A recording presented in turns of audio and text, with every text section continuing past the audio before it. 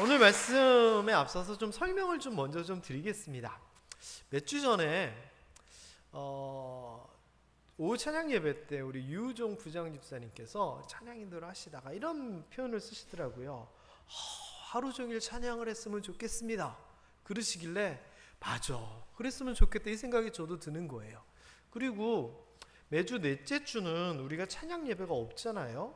그런데 학생부는 넷째 주가 자체 찬양 예배예요. 그래서 유종 집사님한테 그냥 오래전에 무려 지난주 주일날 다음 주 찬양 예배 좀 해주세요 이렇게 부탁을 드렸더니 우리 학생들과 함께 이렇게 귀하게 예배를 드렸어요.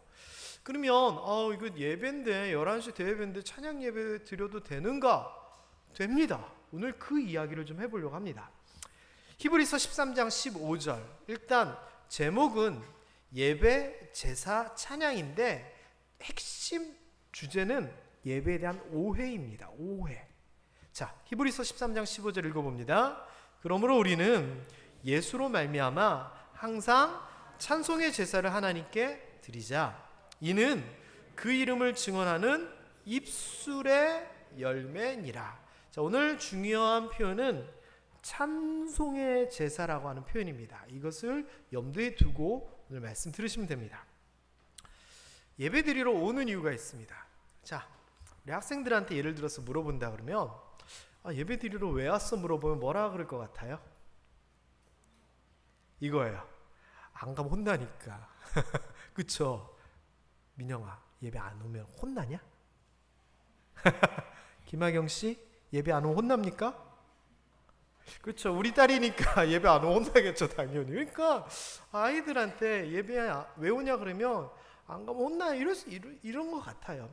그리고 또 이런 강제성, 물음표로 한 거는 굳이 강제성은 아닌데 부모 입장에서는 그렇습니다. 어쨌거나. 그리고 두 번째, 성도님들에게 묻습니다. 예배 드리러 왜 오셨어요? 그러면 이렇게 대답하실 분들이 많을 겁니다.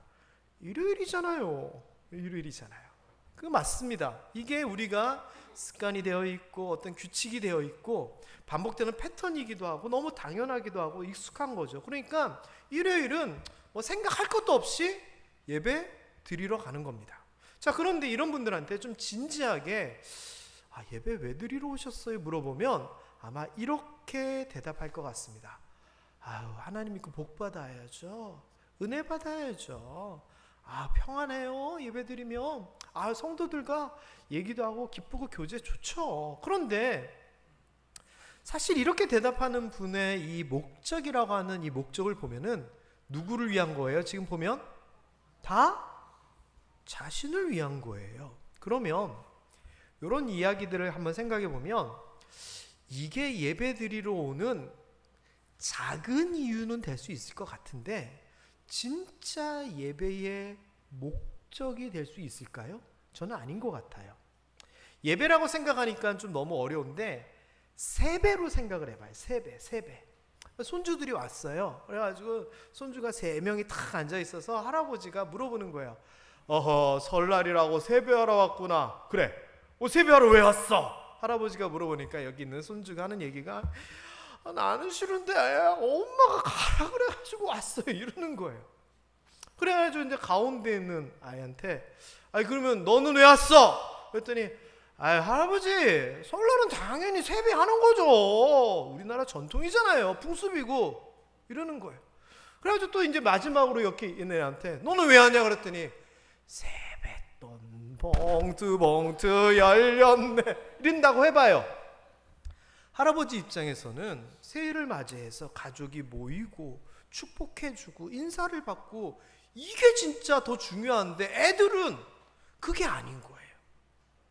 예배가 아까처럼 그러한 이유에서 드리게 된다면 그럴 수는 있겠지만 딱 초등학교 1학년 정도 수준의 마음이자 목적인 것 같아요. 우리는 그런 마음으로 올 수는 있겠지만 하나님은 사실 이 예배를 어떻게 바라보시고 어떤 기대를 가지고 계실까요? 예배하는 우리들이 어떤 마음을 가지고 어떻게 예배를 드리면 하나님이 기뻐할까요? 또 세배를 가지고 생각해 볼까요? 손주 녀석이 와서 세배를 하면서 진짜 진심이 담긴 표현으로 할아버지 올해도 건강하세요. 지금까지 우리를 위해서 이렇게 수고해 주셔서 감사합니다. 저는 이게 진짜지 예쁜 옷 입고 멋있게 절하는 거 이거는 아닌 것 같아요. 그렇다면 하나님이 원하시는 예배가 분명히 있는 거예요. 자, 제가 2018년도에 우리 교회 예배 형식이 사실 제가 처음에 왔던 2014년하고는 많이 달라졌거든요. 그런데 예배 형식 앞에 찬양이 있고 이렇게 예배 형식을 조금 바꾸면서 예배가 이래야 됩니다라고 그때 정리를 해놓은 게 있어요. 사실은 제가 오늘 시간을 15분을 찬양팀한테 더 주면서 대신 설교를 줄이겠습니다라고 약속을 했거든요. 그래서 압축을 해서 잠시 예배에 대해서 역사적인 또 교회사적인 신학적인 것들을 한번 그때 정리했던 것을 다시 한번 설명을 해드릴게요. 일단 예배는요 원래 의미가 뭐냐, 사전적으로 보면 섬기는 신앙의 대상이 되는 하나님이든지 부처님이든지 이분한테 바치는 의례 예식이에요. 그래서 종교사전을 보면 하나님을 향한 존경과 경외심이 수반된 엄숙한 섬김과 교제의 행위라 그래요. 자, 그런데 보면은요 예배에 대한 목적과 뭘 어떻게 되느냐에서 두 가지 아주 중요한 단어가 나와요. 첫 번째는 섬김이에요. 누구한테 섬긴다는 거예요? 하나님 앞에 섬기는 거예요. 교제는 누구와 교제한다는 거예요? 성도가 아니에요. 하나님하고 교제를 한다는 거예요. 다시 얘기하면 예배가 뭐예요? 누구를 위한 거라는 거예요? 우리를 위한 거예요? 하나님을 위한 거예요? 그러면 좀 우리가 생각해 봐야 될 게 뭐냐? 은혜 받으려고 예배 드리는 거예요?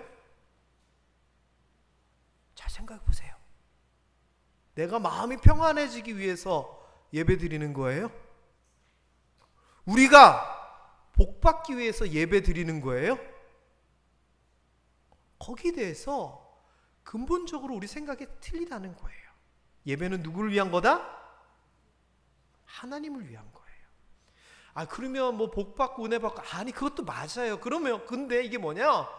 하나님 앞에 예배 드리니까 하나님이 우리에게 주시는 거지, 우리가 세뱃돈 봉투 때문에 세배하는 건 아니라는 거예요. 그래서 이게 우선 관계, 목적을 우리가 명확하게 해야 된다는 거예요. 게다가 이 예배라고 하는 용어 자체가 예는 예의할 때 그 예예요. 경의를 표하는 어떤 형식을 얘기하는 거고 마음가짐을 얘기하는 거고, 배는 절하는 거예요. 누구한테?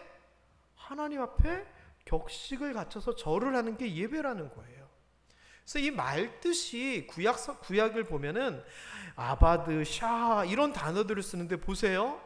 섬기다, 봉사하다, 엎드리다, 굴복하다. 여기서 은혜 받다, 복 받다, 평안을 얻다 이런 개념이 있어요, 없어요?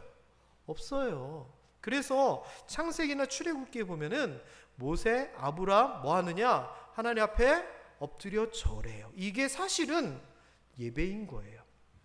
그러다가 이제 신약으로 넘어오면 헬라어에서도 이렇게 뭐라고 얘기하냐면은 절하다, 굽어, 엎드리다, 입맞추다. 이게 뭐예요? 통치자 높은 사람들한테 굴복하고 순종하는 게 예배라고 하는 말뜻이라는 거예요. 또 라트레이아라고 하는 단어도 역시 섬김, 상전으로 모신다라고 하는 그런 단어들이거든요. 게다가 영어는 뭐냐? 월십이라 그러잖아요. 근데 월십은 월스, 가치고 십은 관계, 신분이란 뜻이에요. 가치 있는 분에게 드려지는 그 무언가의 관계이자 행동이 월십이라는 거예요. 그러니까 지금 예배 이런 걸 보면은 다 누구를 위한 거예요? 하나님을 위한 게 개념이, 본질적인 개념이 그렇다는 거예요. 그럼 우리가 생각하는 예배하고 많이 달라요. 성경적으로 보면은요, 참고로 이거는 신학대학교 한 3학년 내지는 대학원 한 2년 차쯤에 배우는 내용을 제가 지금 다 그냥 꽉꽉 압축을 하는 거예요. 예배가 처음에는 어떤 예배였냐? 모세 이전에는 제물을 가진 예배였어요. 제물. 그래서 짐승을 잡아가지고 피를 흘리든지 아니면 가인과 아벨에 있는 것처럼 땅의 소산, 곡식을 가지고 하나님 앞에 태워서 올려드렸어요. 그러니까 뭔가가 하나님 앞에 태워서 올라가는 게 예배였다는 거죠. 그래서 예배를 초창기 첫 모습은 제사예요. 제사. 그래서 제물이 필요했죠. 그러다가 이 예배가 성전 예배로 바뀌게 돼요. 성전 예배라고 하는 것은 뭐냐? 출애굽 이후에 옮겨 다니는 성막이 있었고 가나안에 들어가서 예루살렘 성전이 있게 되잖아요. 솔로몬이 지은 성전에서 이제 예배가 드리게 됐는데, 예전처럼 단순하게 짐승 잡아가지고 불태워서 올려드리는 이거 외에, 이런 제사 외에 음악, 찬양, 춤, 기도, 행렬, 설교, 회상, 고백, 공동 식사 등 단순하게 불태워 올리는 것 외에 다른 여러 가지 형식과 의미들이 포함되기 시작했어요. 자, 그러다가 이스라엘이 멸망을 하게 돼요. 하나님 말 안 듣다가. 그러면 성전에서 예배를 드릴 수가 없잖아요. 그래서 어떻게 됐느냐? 성전처럼 회당이라고 하는 지역 곳곳에 있는 그런 장소에서 이 예배를 대신하게 됐는데, 그러려다 보니까 제사 드리는 이거는 힘들고 뭐가 중심이 됐냐면은 성경을 읽고 해석하는 일, 다시 얘기하면 설교가 중심이 되기 시작을 했어요. 그리고 이 올려드리는 제물을 태우는 것 대신 뭘 하기 시작했느냐? 기도가 중심으로 자리 잡게 돼요. 게다가 이 이후에 예수님 이후에는 단순하게 그렇게 되는 게 아니라 성례전이라고 하는 게 들어오게 돼요. 이 성례전은 뭐냐? 예수님께서 잡히시기 전날 밤에 떡과 포도주를 나누면서 떡을 먹을 때마다 나를 기념하고 포도주를 마실 때마다 내 피를 기억하고 이렇게 얘기하시잖아요. 그래서 초대교회는 안식일 개념이 아니라 예수님이 부활하신 주일을 중심으로 해서 예배를 드리게 됐고, 우리도 지금 그 전통이 있는 거예요. 이 주일을 중심으로 예배가 드리게 됐는데, 그 주일에 뭘 했느냐? 예수님을 기억하고 기념하게 됐어요. 그러다 보니 이 성례전, 떡을 떼는 이 성례전이 예배에 있어서 아주 중요한 의식이 돼버리고 어떤 형식과 절차가 딱 자리를 잡게 돼요.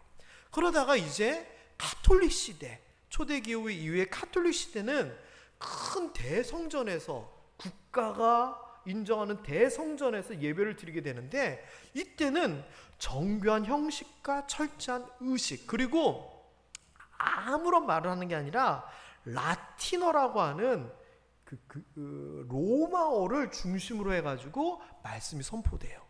그러다 보니 문제가 생긴 거죠. 라틴어 못 알아듣잖아요, 사람들이. 성경도 라틴어밖에 없고. 그러니까 그거 가지고 이제 문제가 생기고요. 형식을 너무 중요시하다 보니까 종교개혁 이런 것에서도 문제가 되기 시작해요. 그래서 종교개혁, 우리 학생들도 들어봤지? 마틴 루터, 칼빈. 이 종교개혁 때 뭐를 바꾸기 시작하냐면은, 야, 우리나라 말도 있는데 왜 우리가 라틴어로 예배를 드려야 돼? 하면서 모국어를 활용하기 시작했는데, 루터부터 시작을 해요. 그래서 라틴어 성경이 아니라 독일어 성경을 루터가 이렇게 장려하고 예배도 독일어로 하게 돼요. 자기네 말. 그다음에 칼빈도, 야, 우리가 드리는 이 예배가 초대교회에 예수님과 그 사도들이 하던 그 예배랑 뭔가 관련이 있어야지 하면서 초대교회에 드렸던 그 예배의 모습을 찾으려고 노력을 해요. 그 다음에 그 이후에 교파가 다양해지면서 공통점이 뭐냐? 형식에서 벗어남, 탈피 자유로운 하면서 형식보다는 말씀, 내용에 관심을 가지게 돼요. 그래서 오늘날 이 교회도 이런 흐름 가운데 있고, 특별히 그렇다고 중구난방으로 예배 드릴 수가 없으니까 교단적으로 또는 어떤 기독교 범교단적으로 어떤 공인된, 검증된, 연구된 예배 형식을 가지고 예배를 드려요. 그게 뭐냐? 처음에 송영을 하고 뭐를 하고 이런 것들이 가벼운 그냥 인 것 같지만 아니에요. 교단 헌법에 나와 있고 이것들이, 이런 요소들이 있어야 됩니다라고 하는 그런 것들이 있는 거예요. 자, 그렇다면 이렇게 예배의 흐름이 바뀌었다면 우리는 뭘 생각해야 되느냐? 이 가운데서 이거 하나만 우리가 잘 짚고 넘어가면 될 것 같아요. 예배의 목적이 뭐냐? 이거에 대하여서요, 여러분 한번 생각을 해보세요. 예배를 잘 드린 느낌이 언제 드는가? 스스로. 예배 잘 드렸다. 언제 예배 잘 드린 것 같아요? 학생들 같은 경우는 목사님이 설교하실 때 안 졸았으면 예배 잘 드린 거라 생각이 들겠죠. 그래서 또는 목사님 설교가 좋았네. 야, 그래서 은혜 받았네. 야, 나 깨달음도 있어. 그리고 야, 마음이 평안해지네. 이러면은 예배 잘 드린 거예요? 생각해 보세요. 이거 누가 좋은 거예요? 하나님이 좋은 거예요? 내가 좋은 거예요? 그러면은 이런저런 형식과 뭐 내용의 절차가 있었지만 목적 근본에 대한 걸 생각해 보면 하나님은 지금 뭐 하고 계세요? 소외돼 계신 거예요. 어디에서? 예배에서 소외돼 계신 거예요. 우리가 찬송가를 부르는데 찬송가를 어떤 느낌으로 불러요? 찬송 좋다. 누가 좋아요? 내가 좋아요. 찬양을 드려요. 은혜롭다. 누가 은혜로워요? 내가 은혜로우면 그거 어떡해요? 그러면 대상인 하나님은 제외해놓고 우리끼리 하는 거예요. 생일 파티라고 생일 축하합니다 하면서 재밌게 노는데 생일 맞은 사람은 저기 놔두고 축하하러 온 친구들끼리 지들끼리 막 신나게 논다 생각해봐요. 생일 당사자는 얼마나 기분이 나쁘겠어요. 근데 예배가 그렇게 되면 안 되잖아요. 그러니까 우리가 오해하지 말아야 되고 명확하게 해야 될 게 뭐냐? 예배의 중심은 하나님이다. 그래서 제가 그때나 항상 예배에 대해서 이야기할 때 강조하는 표현이 있어요. 한번 따라해 봅니다. 시작. 예배는 만남입니다. 누구와의 만남? 하나님과의 만남이에요. 예배는 하나님과의 만남. 그래서 이 예배에는 하나님의 임재하심, 하나님이 여기 계시다라고 우리가 믿고 소통하고 바라는 것이 꼭 있어야 돼요. 그리고 우리의 목적도 교회에 와서 뭐하고 가느냐? 목사님 좋은 말씀 듣고 감동받고 가는 게 목적이 아니라 하나님을 만나는 것이 예배의 목적이 돼요. 그래야지 하나님을 만나야지 찬양도 할 수 있고 감사도 할 수 있고 또 우리 죄를 고백하고 해결받을 수 있는 거거든요. 게다가 그럼 설교는 뭐냐? 다른 게 아니에요. 하나님의 뜻과 하나님의 의지를 알아가는 게 설교거든요. 그걸 어떻게 알아요?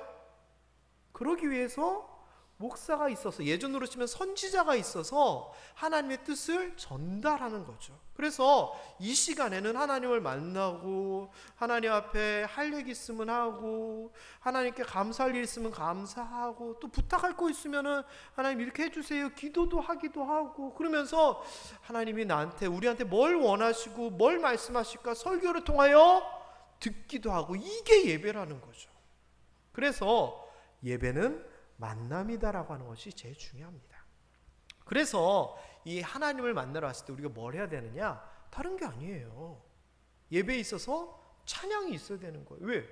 아니 하나님이잖아요. 우리를 구원하신 하나님 최고 찬양해야죠. 그리고 그런 하나님 앞에 하나님 감사합니다. 지난 한 주간도 우리를 이끌어주시고 감사해야 되는 거고요. 그리고 하나님 제가 이게 너무 아픈데요 좀 고쳐주세요. 기도도 해야 되는 거고요. 그러면서 정성스럽게 예물도 드리는 거고 그러면서 말씀도 듣는 거지. 한국교회 그 예배의 비중을 보면은요 제가 그냥 개인적으로 생각하는 건데 100이 있으면은 85%는 뭐냐? 말씀 듣는 게 중심이에요. 그러면 10%가 있어요. 10%는 뭔 줄 아세요? 축도하는 거예요. 축도 받는 거. 그래서 이런 거 있잖아요. 축도만 받고 가면 예배 다 드린 거라고. 그건 아닌 것 같아요. 그럼 나머지 5%가 뭐냐? 글쎄요. 각자 생각해 보세요. 그만큼 이런 것들이 자기 중심에 뭔가 돼 있다는 거예요. 그래서 저는 성공한 예배는 목사님 말씀 하나님의 뜻 끄떡끄떡 했다. 그거는 반 성공한 거예요. 반. 그럼 나머지 반은 뭘 해야 돼요? 하나님을 제대로 찬양했느냐 감사했느냐 진짜 진심을 다해 예배를 드렸느냐가 저는 나머지 최소한 반은 그게 중심이다라고 생각을 해요. 그러면 여러분 우리가 아까 전에 무려 11시 17분까지 찬양을 했잖아요. 찬양을 할 때 어땠어요? 우리 가사들이 뭐였어요? 주님 사랑해요 였잖아요.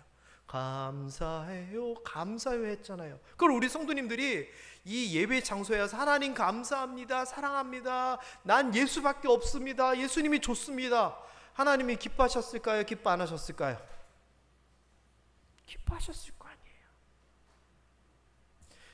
찬양은요 정말 중요한 것 같아요. 그래서 히브리서 13장 15절에는 이런 것들을 뭐라고 얘기하느냐? 우리가 하나님 앞에 제사를 드리듯이, 제물을 드리듯이 뭘 가지고 드려야 되느냐? 찬송으로, 찬양으로 하나님 앞에 올려드려야 됩니다라고 얘기를 하는 겁니다. 그거는 그 이름, 표준 세번역에서 마찬가지인데, 그의 이름, 하나님의 이름, 구원하신 하나님, 사랑하는 하나님, 우리를 도와주신 하나님, 인도하시는 하나님 등등등의 그 하나님에 대하여서 우리가 고백하고 그 결과로 남는 거다라고 얘기를 하는 겁니다. 그러니 예배 때 와서 찬양하는 게 얼마나 중요한 거예요. 우리의 고백이고 하나님께서 기뻐 받으시는 제물이 되는 거니까. 그래서 저같이 설교도 잘 못하는 목사가 설교할 때 힘드시죠? 괜찮아요. 힘드신 거 다 알아요. 그래서 저는 주무실 때 최대한 목소리를 요즘 좀 작게 하려고 그래요. 은혜를 못 주면 편히 주무시게라도 하자. 설교를 잘 듣고 감동받는 게 전부가 아니라 내가 하나님을 얼마나 잘 찬양했는지, 얼마나 진심을 다해서 하나님 앞에 경배하고 기도했는지가 예배의 성공을 가늠할 수 있는 것이다, 이렇게 생각했으면 좋겠습니다. 그러다 보니 이런 예배에 있어서 가장 중요한 요소는 뭘까요? 실제로 교회 순서를 보면은, 일반적인 표준 교회 순서를 보면 무슨 송 굉장히 많잖아요. 우리는 그것을 다 압축을 해가지고 예배 전부터 예배 시작하고 한 15분 20분 안에 그걸 다 압축을 해서 한꺼번에 몰아넣는 거예요. 예배 순서의 대부분에 가장 많은 것은 찬송이잖아요. 이유가 뭐예요? 그게 예배의 본질이고 목적이고 가장 효과적인 방법이기 때문에 사실은 그러는 거예요. 그래서 저는 우리 모함교회가 찬양이 지금도 사실은 너무 훌륭해요. 최 선생님, 우리 교회처럼 뜨겁게 찬양하는 교회 사실 별로 없죠. 사실 진짜 그래요. 진짜 그렇거든요. 우리 교회 같이 이렇게 찬양 뜨겁게, 찬양대 진짜 이렇게 뜨겁게 찬양하고 진짜 드문 것 같아요. 그래서 우리 모함교회 예배는 앞으로도 이렇게 찬양이 제대로 나오는 교회, 이런 예배 이렇게 돼야 되겠구나, 우리의 영구적인 목표로 삼았으면 좋겠고, 나와서 그냥 형식적으로 찬양하는 것이 아니라 제대로 찬양하고 제대로 예배 드릴 수 있는 우리 되었으면 좋겠습니다. 이 시간 또 한번 찬양 한번 또 같이 한번 해볼까요? 우리 찬양팀하고 설교를 마무리하면서도 우리 찬양을 한번 해봤으면 좋겠습니다.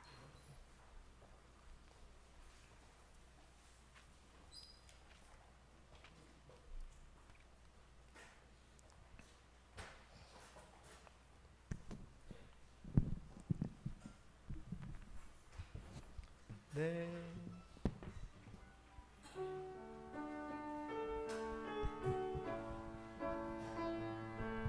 가사에 진심을 담아서 찬양했으면 좋겠습니다. 나의 힘이 되신 여호와여, 내가 주님을 사랑합니다. 주는 나의 반석이시며 나의 요새시라.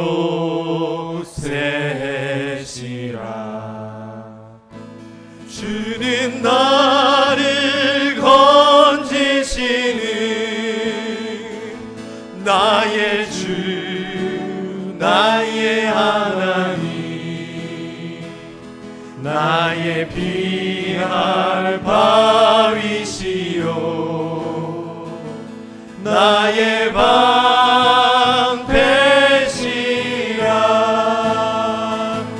나의 하나님,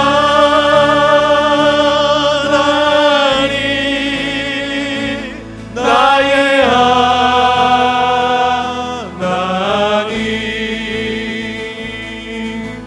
구원의 뿌리시요. 하나님께서 우리의 찬양을 온전히 받으실 줄 믿습니다. 성이라. 나의 하나님,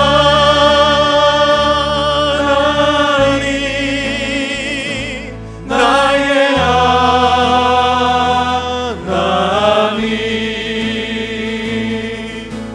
그는 나의 여호와, 나의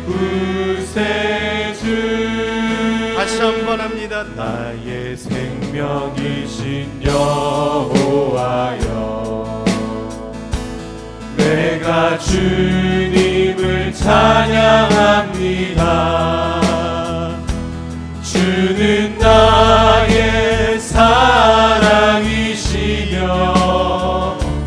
나의 의지. 주는 나를 이끄시어 주는 나를 이끄시어 주의 길 인도하시며 아멘. 나의 생애 목자 되시니 내가 따르리라.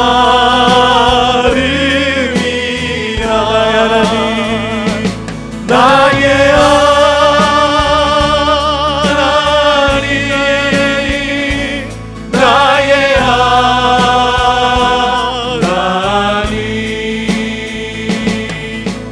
생명의 멸류관으로 내게 씌우소서. 나의 하나님, 나의 하나님, 나의 하나님,